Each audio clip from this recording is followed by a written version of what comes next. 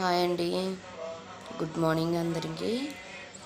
ఇప్పుడు టైం వచ్చేసి 5:30 అవుతుంది. లేచాము. ఈరోజు మండే కదా, మా ఇంట్లో ప్రత్యేకంగా అభిషేకం ఉంటుంది, కానీ ఈరోజు చెయ్యట్లేదు.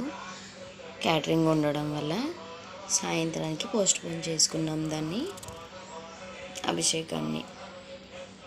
వెళ్ళిపోయారు మా ఆయన క్యాటరింగ్ రూమ్కి. ఇంకా నేను వెళ్ళాలి.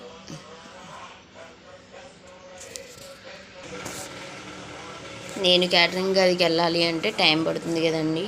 హాఫ్ డే స్కూల్స్ పిల్లలకి, ఇంకా లేవలేదు, వాళ్ళని లేపాలి. ఇంకొక అరగంటలో లేపుతాను. ఇప్పుడు టైం 5:40 అయింది కాబట్టి కొంచెం 6:30కి అలా లేపుతాను. స్కూల్ డ్రెస్లు ఇలా రెడీ చేసి పెట్టాను వాళ్ళకి.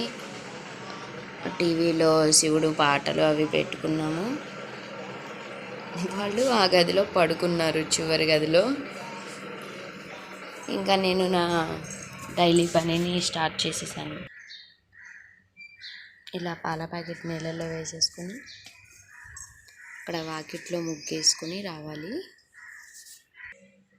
ముగ్గేసి వచ్చాక స్టవ్వులు, ఈ గ్యాస్ గట్టు ఇలా మళ్ళీ మొత్తం క్లీన్ చేస్తాను. నిన్న ఆల్రెడీ క్లీన్ చేసి ఇలా ముగ్గులు పెట్టాను, కానీ ఇప్పుడు మళ్ళీ క్లీన్ చేస్తాను ఇవన్నీ. అప్పుడే నాకు కొంచెం మనసు ప్రశాంతంగా ఉంటుంది. రోజు ఈ గ్యాస్ గట్లు ఇవన్నీ కంపల్సరీ కడుక్కుంటూ ఉంటాము.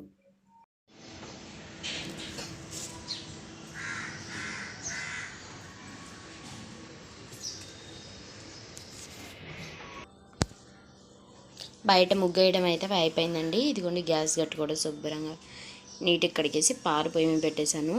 పిల్లలు కూడా లేచారు, బయట బ్రష్ చేసుకుంటున్నారు. ఇంకా వాళ్ళకి పాలు కలిపిచ్చేసి వాళ్ళకి స్నానాలు చేయించి స్కూల్కి పంపించేసి నేను కూడా క్యాటరింగ్ గదిలోకి వెళ్ళిపోతానండి పనిచేయడానికి. క్యాటరింగ్ అది పంపించేసరికి మొత్తం అవన్నీ సర్దుకుని ఇంటికి వచ్చేసరికి 12:30 గంట అవుతుంది. పిల్లలకి హాఫ్ డే స్కూల్స్ కాబట్టి వాళ్ళు లోపు వచ్చేస్తారు. వాళ్ళని తీసుకొని మళ్ళీ ఇంటికి వచ్చేస్తాను. ఇది నా రొటీన్గా రోజు చేసుకునే పనులు అన్నమాట.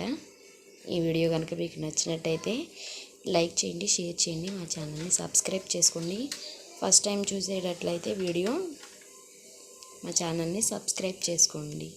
Thank you for watching. పిల్లల్ని స్కూల్కి రెడీ చేయడం, వాళ్ళని స్కూల్కి పంపించడం నెక్స్ట్ వీడియోలో చూపిస్తాను.